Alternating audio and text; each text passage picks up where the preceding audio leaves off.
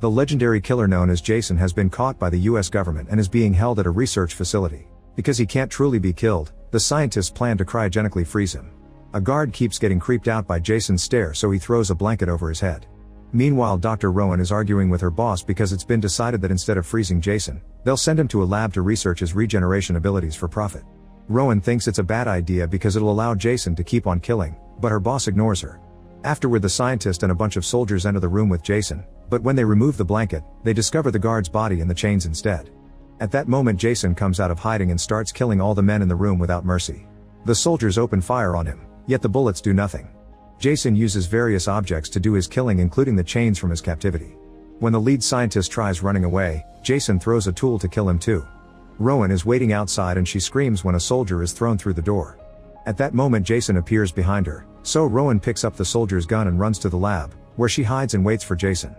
When he comes in, she kicks the furniture and starts shooting him to push him into the pod, then she rushes to lock him up. Rowan activates the machine, but as the cryogenization begins, Jason still manages to thrust his machete through the door to stab her. This creates a breach in the machine that is detected by the facility, triggering a lockdown protocol. Cryogenic fluid spills into the room and Rowan gets frozen as well. 400 years later, Earth has become a post-apocalyptic wasteland. Since it's too polluted to live on it, humanity travels to a new planet named Earth 2. One day, Dr. Lowe and his team of college students visit Earth on a field trip.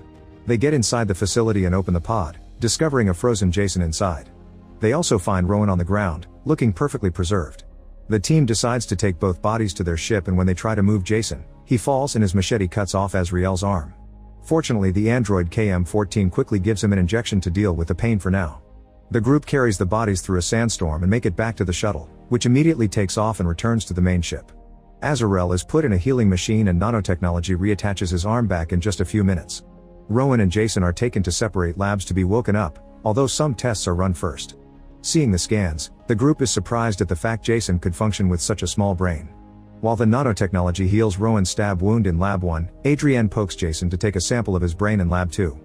When Rowan is fully healed, she wakes up and panics, slapping Lowe in the process. He explains the situation and Rowan calms down, but she's in shock to hear she's in the future. Afterward, Lowe goes to his office to call the Solaris research station and sends them Rowan's and Jason's files, hoping to get some money out of the situation. Reviving a 400-year-old cryogenized person isn't news anymore because everyone can do it, so Rowan isn't found interesting. However, Jason is still infamous in the future and Lowe agrees to sell him as an attraction. After he hangs up, his student Janessa comes to see him so they can get naughty together in exchange for a good grade. Back to Adrienne, she removes Jason's mask and notices how disfigured his face is, so she immediately puts it back and concentrates on studying the sample. Behind her, Jason is starting to twitch as he unfreezes. In another room, Synaran is trying to give KM-14 a full chest, but the areolas keep falling. There are two different couples getting dirty at the moment and their groans cause Jason to finally wake up. When Adrienne turns around, she doesn't see him on the table. Jason suddenly appears behind her to grab her by the face and throw her across the room. Through the glass wall, Adrienne screams to try to alert Wayland, but he can't hear her. Then Jason drags her back by her hair and dips her face into liquid nitrogen, freezing her head before smashing it on the counter to kill her. Next, he grabs a machete from the operation table and leaves to look for another victim. Meanwhile, Lowe brings food to Rowan and pretends he doesn't know Jason's story, so she gives him all the details about Jason's inability to die. Afterward, Lowe introduces Rowan to some of his students and she gets to admire some of their experiments, being particularly impressed by KM-14. At this moment, Wayland shows up with Jason's old machete and Rowan freaks out when she realizes they've brought Jason aboard too. Lowe swears Jason is dead, but Rowan is skeptical and asks for proof. They go to Lab 2 and find Adrienne's body, so Security Chief Brodsky declares a lockdown through the speakers and asks everyone to hide in Lab 1. In one of the rooms, a naughty couple of students gets ready to leave, but Jason appears at the door and immediately kills the boy, causing blood to splatter on a screaming Kinsa's face. Then Jason drags the guy away, so Kinsa runs to meet with the others and tell them what happened. Brodsky is furious and orders his solders to destroy Jason on sight. Lowe isn't happy to hear this and asks Brodsky to sedate Jason instead, offering money as a bribe. Brodsky agrees to get him off his back, but then he tells his team to destroy Jason anyway. Soldier Dallas carefully enters a dark room and is suddenly attacked by a huge monster, which Dallas quickly shots down. When a second monster appears behind him, Dallas doesn't act fast enough, but luckily Azrael kills it with one shot. It turns out they're playing in a video game simulation and they haven't heard Brodsky's announcement. They are about to fight another monster only for Jason to appear and defeat it first. Then Jason attacks both guys with his machete, only to get confused when they continue to talk even while decapitated. Suddenly Dallas says game over and the simulation disappears, helping the duo realize the killer is real. Jason grabs Azrael and Dallas shoots him to make him drop his friend, but the bullets do nothing. Azrael tries jumping on Jason from behind, however Jason easily grabs him again and breaks his back before dropping him dead on the ground. Next he takes Dallas and smashes his face on the wall. Moments later, 2 soldiers find the bodies in the gaming room and inform the others, who are getting more worried by the second. At the same time, Engineer Crutch is working at his desk with his headphones on, so he doesn't know about the situation either. Suddenly he sees Jason approaching him in his mirror, and before he can react, Brodsky and his soldiers show up and tell him to duck. They shoot Jason dozens of times, destroying half the room in the process. Once the fire is over, they realize Jason is gone. After Crutch leaves for Lab 1, the soldiers split up to look for Jason, believing he must be severely wounded. This allows Jason to keep on killing quietly. First he grabs a soldier from the back and drags him into a corner to break his neck. Then he finds another soldier alone and attacks him with his machete. A fight ensues and the soldier manages to land a couple of hits, however Jason easily punches him off the rail and makes him fall on some machinery that impales him to death. Other soldiers soon find the body and inform Brodsky, who tells them to keep going. Next, Jason surprises a woman from behind and cuts her throat. She doesn't die yet and stumbles into a teammate to beg for help, only to fall to her death. As her teammate grieves for her, Jason appears and the soldier immediately opens fire. The bullets push Jason back into a hook and the soldier pushes a button to suspend him in the air before telling the others on the radio that he won. However, Jason just jumps off the hook and kills him by cutting his body in 2. Brodsky tries to look for them and finds the last soldier hanging dead on the hook, meaning he's the only one left. Refusing to give up, Brodsky keeps sneaking around until Jason's arm breaks through a wall and drags him against it to stab him. A smug Brodsky says this isn't enough, so Jason stabs him again to actually kill him. In Lab 1, the group realizes they don't have protection anymore. Lowe contacts the pilot and orders him to use hyperdrive to reach the Solaris port quickly. The ship does start going faster, but Jason appears behind the pilot and kills him as well. This causes the ship to fly blindly and it crashes right into Solaris, destroying several buildings and causing multiple explosions that damage the system and the hull. The ship goes through the buildings and just keeps flying ahead, leaving the Solaris port behind. Lowe considers trying to fly the ship back, but they see on the window that the port explodes. All the students worry, so Lowe tells them they just need to wait for another ship to help them because he's already activated a beacon. At that moment someone starts banging on the door and everyone screams, causing the pounding to stop. As they wonder the meaning of this, Jason bursts in through the glass wall connected to the other lab. The group panics and starts running away, hiding in another room that KM-14 locks up. Lowe stays behind and tries talking to Jason, offering him fame and fortune. Jason finds his original machete and immediately shuts Lowe up. Meanwhile the group considers their options and remembers the shuttle.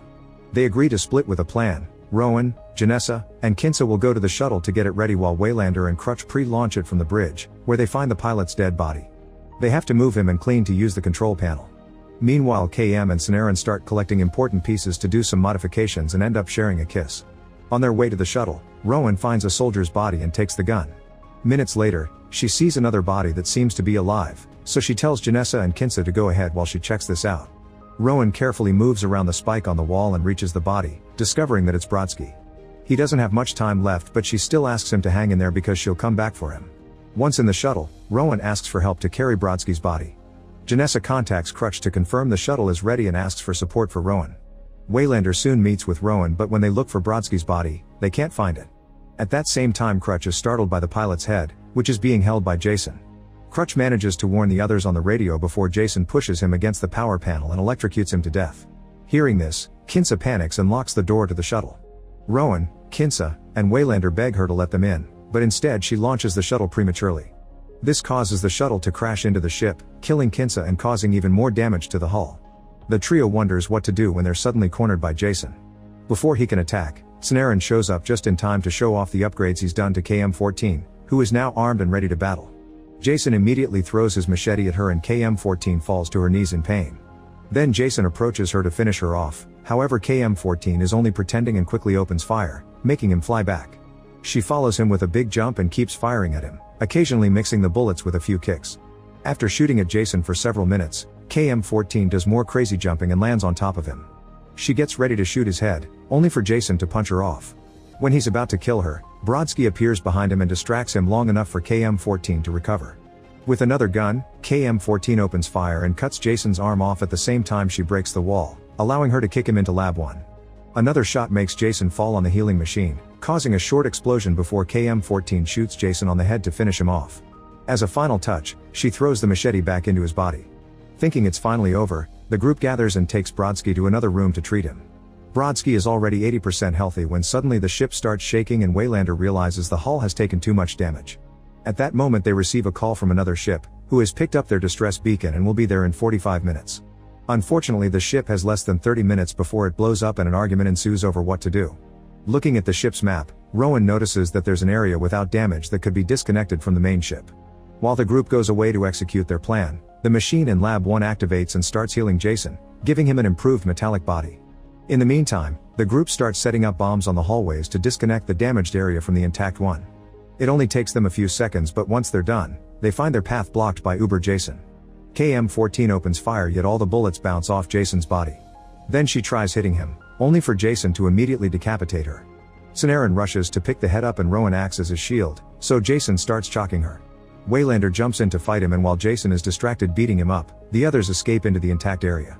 Once everyone is safe, Waylander activates the bombs and the ship successfully separates in two, although he dies in the process and Jason is pushed out by the shockwave.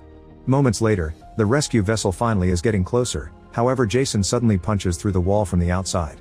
As the resulting hole starts to suck everything up, everyone rushes to hold on, but unfortunately Janessa chooses a grill that soon flies away. Rowan tries to reach out to her and their fingertips barely get to touch before Janessa is sucked away to her death. Afterward Rowan, Brodsky, Sanaran, and KM-14's head make it to the other room and lock the door. Through the window, they see Jason punching through the walls again to re-enter the ship, so they start running away. Eventually they make it to the docking port at the same time the rescue vessel makes contact with the ship, but the gate isn't working and Sanaran can't override the system. Brodsky decides to go on a spacewalk to jump the lines, so he suits up and leaves through the maintenance hatch.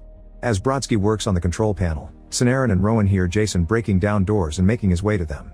To buy some time, Sanaran connects KM-14's head to the computer and activates the video game simulation around Jason, using Earth's database of Jason's hometown to replicate it. At first Jason is confused, but soon Sanaran thinks he's been seen, so he adds another distraction: two women that offer Jason alcohol, Mary Jane, and premarital naughty times. Jason hates all those things, so when the women get in their sleeping bags naked, Jason grabs one of them and uses her to start beating up the other. At that moment Brodsky finally resets the system and the gate opens. However, his messing with the wires also causes an explosion in the room that ends the simulation. As Jason comes for them, Rowan and Sanaran run into the rescue vessel, only for Sanaran to notice they forgot KM-14's head. Rowan goes back for her and rushes to the bridge when she sees Jason coming. The killer tries following her, however Brodsky shows up and closes the gate. The rescue vessel can't wait anymore and flies away while Brodsky clashes with Jason at the same time that this half of the ship also explodes. To Rowan and Sanaran's horror, the shockwave sends Jason flying right toward them. Fortunately Brodsky is also sent in that direction and pushes him away. Then Brodsky uses Jason as a shield as they fall into through the atmosphere of Earth 2, burning them both down in the process. Rowan, Sanaran, and KM-14 finally relax, glad it's over. On Earth 2, a couple sees a shooting star falling in a lake and decides to investigate. The star is actually Jason's head, which may still be alive. Make sure to subscribe and turn on notifications so you can watch more videos like this. Thanks for watching.